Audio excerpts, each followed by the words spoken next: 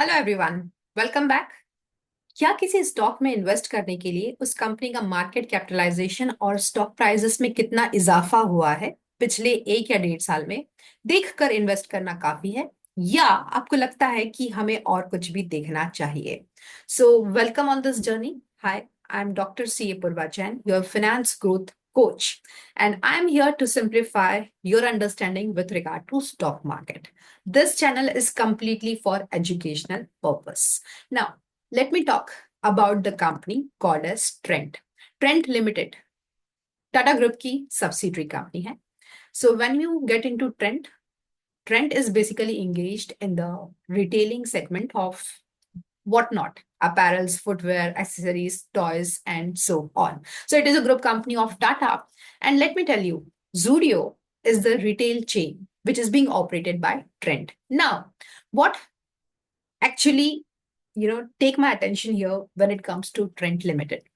Let me tell you, when I look to the market cap of this company called as Trent Limited, it's around it's around 2.6 trillions, that is 259,780 crores.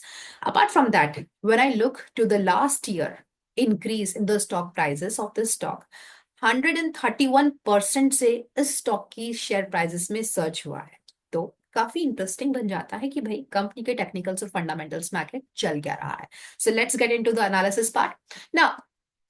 Analysis करने के लिए हम fundamentals और technicals दोनों को देखेंगे, but उससे पहले आप चैनल को सब्सक्राइब जरूर कीजिए और मेरे साथ में ये वीडियो कंटिन्यू कीजिए till and. Now let's look into the profit and loss statement of the company. Profit and loss statement में हम कंपनी के सेल्स नंबर, ऑपरेटिंग प्रॉफिट और कंपनी के नेट प्रॉफिट को देखेंगे।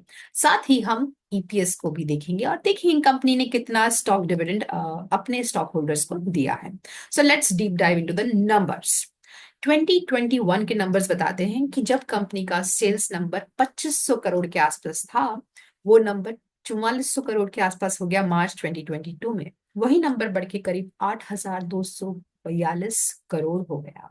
तो you can see here very clearly कि company ने कंसिस्टेंटली 3 साल तो अच्छे से ग्रोथ दिखाई, 2 का 4, 4 का 8, पर 8 का 16 नहीं हुआ, right? When we look to the operating profits of the company, the operating profit has surged from 114 to 595, which is a good number. Apart from that, it surged to 1114, that is 1114 in March 2023. But जब हम मार्च 24 और till date की बात करें तो ये profit almost एक rebound होता हुआ दिख रहा है। अपार्ट फ्रॉम दैट, अगर कंपनी के नेट प्रॉफिट्स को हम देखें तो net profit shows some interesting story. And here we go. Net profit in the year 2021 was complete negative 181 crore और वहां से कंपनी ने कम बैक किया almost with 35 crores, then getting into 395 crores and then 1477. तो अगर हम sales और net profit का रिलेशनशिप दिखाएं या देखें तो ये काफी इंटरेस्टिंग नजर आता है। अपार्ट फ्रॉम दैट, कंपनी का ईपीएस जहां मार्च 2022 के अंदर केवल 2.98 था, वही बढ़कर 12.51 से 41 टाइम्स हो गया है, and that's an interesting one. Apart from that, जब हम कंपनी के डिविडेंड पे आउट को देखते हैं तो कंपनी ने 2022 के अंदर अराउंड 57% का डिविडेंड पे आउट किया है, बट उसके बाद में स्टॉक होल्डर्स को थोड़ा सा निराश जरूर कर दिया है। But it's a journey and let's try to understand कि कंपनी की स्टॉक प्राइसेस में कितना इजाफा हुआ है। So as I said to you, 1 year the stock boomed by 138%. Stock price CAGR 138%. And that's why some investors are just investing in the stock without getting into the technicals as well as fundamentals of the company. अब बात करें company की balance sheet की, तो company की balance sheet assets and liabilities की position को बताते हुए ये बहुत क्लियरली बता रही है कि कंपनी का मार्च 22 का कुछ इस तरह से कैपिटल, दैट इज इक्विटी दिख रहा था, 36 करोड़ का कैपिटल एंड 2328 करोड़ का reserve. So reserves plus capital equal to the equity part. ये नंबर बखूबी 2300 करोड़ से करीब 4000 करोड़ के आसपास मार्च 2024 में हो गया, बट सितंबर में ऐसा कुछ ग्रोथ हमें देखने नहीं मिला एक्सप्लोसिव वाला। और कंपनी का लास्ट क्वार्टर के रिजल्ट्स भी ऑलमोस्ट ओके ओके ही रहे, मतलब कंपनी की इक्विटी में ऐसा कोई खास इजाफा नहीं हुआ। Apart from that when we look into the borrowings of the company ने एक काम बहुत अक्लमंदी का किया है कि मार्च 22 के नंबर्स मार्च 2023 के बोरोइंग्स जो कि करीब 4,000 करोड़ की थी, वो 2024 में लगभग आधी से कम रह गई। मतलब कंपनी काफी कॉन्शियसली और माइंडफुली अपने लीवरेज को मेंटेन और मैनेज करने में लग गई, क्योंकि कंपनी को लगा कि ज्यादा लिवरेज लेना ठीक नहीं है when it comes to their growth part at this point of time. When we look to the assets of the company के fixed assets almost जहां 4,600 करोड़ के आसपास थे मार्च 2023 में, वही फिक्स एसेट्स सिंक हो गए। And that's a big thought, right, कि ये एक एनालिसिस करने का बहुत इंपॉर्टेंट मुद्दा बन जाता है कि ऐसा क्या ही हो गया कि कंपनी ने अपने फिक्स एसेट्स को ऑलमोस्ट 50% से काट दिया। And apart from that, when we look to the investments of the company के investments भी almost range bound होके रह गए। तो फंडामेंटल्स तो बताते हैं कि ठीक है, कंपनी फंडामेंटली तो स्ट्रांग लग रही है, बट अभी हम एनालिसिस कंप्लीट नहीं कर सकते जब तक कंपनी की कैश पोजीशन को ना देखें। तो कंपनी की कैश पोजीशन हमें तीन इंपॉर्टेंट एस्पेक्ट्स बताती है: ऑपरेटिंग प्रॉफिट, इन्वेस्टिंग प्रॉफिट और financing profits. Means cash generated from these three major activities, right? So it's not profit, sorry, let me correct. Cash generated from the business operation, investment operations, and from the financial operations. Let's look into the number. When I say operating profits या cash profit company के कितने हुए हैं, तो हाँ, 2023 और 2024 में एक अच्छा खासा इजाफा देखने को मिला है। मतलब कंपनी के ग्रोथ प्रोस्पेक्ट्स तो क्लियर है। Company is a cash rich company.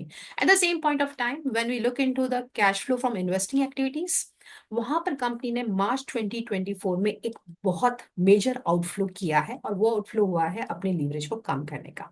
जब हम कंपनी के इन्वेस्टिंग एक्टिविटीज को देखते हैं तो सॉरी, यहाँ पर हम अगर इसको डीप डाइव करें तो -508 है, और ये हुआ है कुछ इस तरह से कि कंपनी ने ऑलमोस्ट अपने इतने फिक्स एसेट्स बेचे, अपने इतने इन्वेस्टमेंट परचेस करे और इतने सेल करे। तो यहाँ पर कंपनी ने अपने लोन्स का रीपेमेंट नहीं किया है, सॉरी, कंपनी ने अपने इन्वेस्टमेंट्स को रिबैलेंस किया है और अपने फिक्स एसेट्स को भी सेल ऑफ किया है। Again that's a big question कि कंपनी की क्या स्टार्टिंग के स्ट्रेटेजिक डिसीजंस इतने इनकरेक्ट हो गए कि कंपनी को क्विकली अपने एसेट्स को रिबैलेंस करना पड़ गया, अपने इन्वेस्टमेंट को रिबैलेंस करना पड़ गया।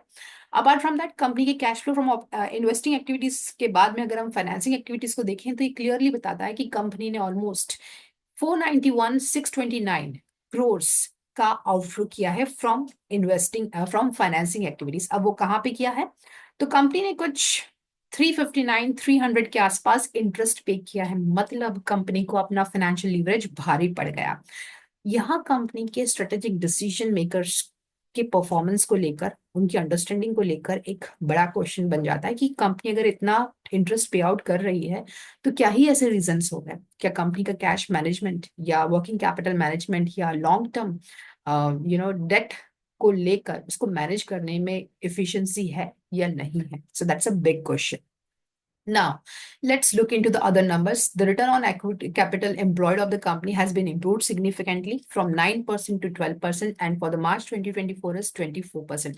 कहीं ना कहीं ये बताता है कि हाँ, ये रीबैलेंसिंग इंपॉर्टेंट थी कि लोन को पे ऑफ करो, डिक्लटर करो और अपनी बैलेंस शीट को क्लीन करो। वो काम कंपनी ने यहाँ कर दिया है। अब बात करते हैं हम कंपनी के पीयर्स के कंपैरिजन की।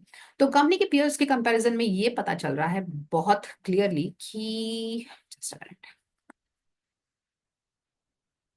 कंपनी के पेयर कंपैरिजन में अगर हम देखें तो कंपनी का पीई ऑलमोस्ट इंडस्ट्री पीई से काफी हाई है। मतलब स्टॉक प्राइसेस ओवर वैल्यूड हैं, राइट। अपार्ट फ्रॉम दैट, जब हम कंपनी के दूसरे रेशियोज को देखें तो कंपनी का debt equity ratio is less than 50%। मतलब कंपनी आज अपनी लीवरेज की गाड़ी को बैलेंस करते हुए चलने की कोशिश कर रही है। Return on capital employed, return on equity again are on the good side, 23 and 27 times, and it shows that yes, company is now more mindful when it comes to their strategic growth, decision making, expansion plans, and the leverage decision plan. Okay, so this is about the fundamentals of the company। और picture को complete करने के लिए हम चलते हैं company के technicals की ओर। Now let me share with you company के टेक्निकल्स में क्या पिक्चर दिख रही है। तो अगर कंपनी के पिक्चर टेक्निकल्स को हम देखते हैं तो let me tell you that last 1 2 3 4 5 5 months से कंपनी की स्टॉक प्राइसेस में कंसोलिडेशन चल रहा है, कुछ करेक्शन भी हुआ है। स्टॉक प्राइसेस जहां 8,300 के लेवल से थी वो आज 7,300 के लेवल पे आ गई है, मतलब 1,000 पॉइंट का करेक्शन आज की तारीख में हम देख रहे हैं। ऑल दो 131% का सर्ज भी हुआ है लास्ट ईयर के अंदर। बट इंपॉर्टेंट है देखना टेक्निकल एनालिसिस में कि क्या ये सही समय है इस स्टॉक में एंटर करने का, और उसके लिए हम टेक्निकल एनालिसिस करते हैं ना। Let me tell you, company की स्टॉक प्राइसेस कहां पर बेस्ड है when it comes to their demand zone, right. So demand zone को आइडेंटिफाई करने के लिए हमने ये देखा बहुत ही क्लियरली कि कंपनी की स्टॉक को लेकर डिमांड कुछ इस पॉइंट पर है, यहां के लेवल पे, मतलब करीब 5,900, मतलब 6,000 के लेवल के आसपास अगर आप स्टॉक को खरीदते हैं तो ठीक है। तो अब आप समझ लीजिए क्या is this the right time to buy the stock. But let me clarify this further for you. तो अगर हम देखें मंथली टाइम फ्रेम पे, हाँ, मंथली टाइम फ्रेम पे हमें बहुत क्लियरली दिख रहा है कि यहाँ के लेवल पे आपको बाय करना है, राइट। तो आज क्या करें, आज इस स्टॉक को जस्ट वॉच करें। So let's try to understand कि कहाँ बाय करना बेटर रहेगा। So let's get into this. Monthly time frame पे हमने डिमांड जोन आइडेंटिफाई किया, ये कुछ इस तरह से हमें 5,800 के लेवल पे डिमांड जोन हमने इस तरह से मार्क किया, और ये हो गया हमारा डिमांड जोन का मार्किंग। अब वीकली टाइम फ्रेम पे हम देखें तो वीकली टाइम फ्रेम पे पिछले इतने महीनों से, हफ्तों से कुछ कंसोलिडेशन चल रहा है एंड वीकली पर ट्रेंड अप है। पर एंट्री लेने के लिए हमें डेली टाइम फ्रेम देखना है, बिकॉज यहाँ पर एंट्री स्टॉप लॉस और टारगेट का डिफरेंस काफी स्क्वीज्ड आउट हो जाता है। आई पर्सनली प्रेफर कि स्टॉक की प्राइजेस को सही टाइम पर आने का वेट करना चाहिए और तभी भी आपको अपनी एंट्री प्लान करनी चाहिए, isn't it. So let's try to understand कि एंट्री कहाँ प्लान करनी है। एंट्री प्लान करने के लिए मैं डिमांड जोन को देखूंगी और यहाँ पर मैं बेस के नंबर पर सपोर्ट लेते हुए अपनी एंट्री प्लान करूंगी around 5,770, right. Apart from that मुझे स्टॉप लॉस हमेशा लगाना है, एंड आई बिलीव कि यहाँ पर बेस लाइन पे हम एक स्टॉप लॉस लगाएंगे। 1:2 का अगर हम टारगेट रखते हैं तो आराम से अचीव होगा करीब 600 रुपए के आसपास। सो जहां पर आपको 1:2 का टारगेट मिल गया, right. So this is the complete breakup with regard to the technicals and fundamentals of trend, and I believe this is clear to all of you. Let me share right away, right? So my screen is visible, I believe, and here is how the entry, stop loss and target is to be marked with regard to trend. So fundamentals बोलते हैं कि company strong है, but technicals बोलते हैं this is not the right time to entry. Tell me what you're thinking about when it comes to investing in this stock. See you again in the next video. Till then, keep learning, keep growing. Bye.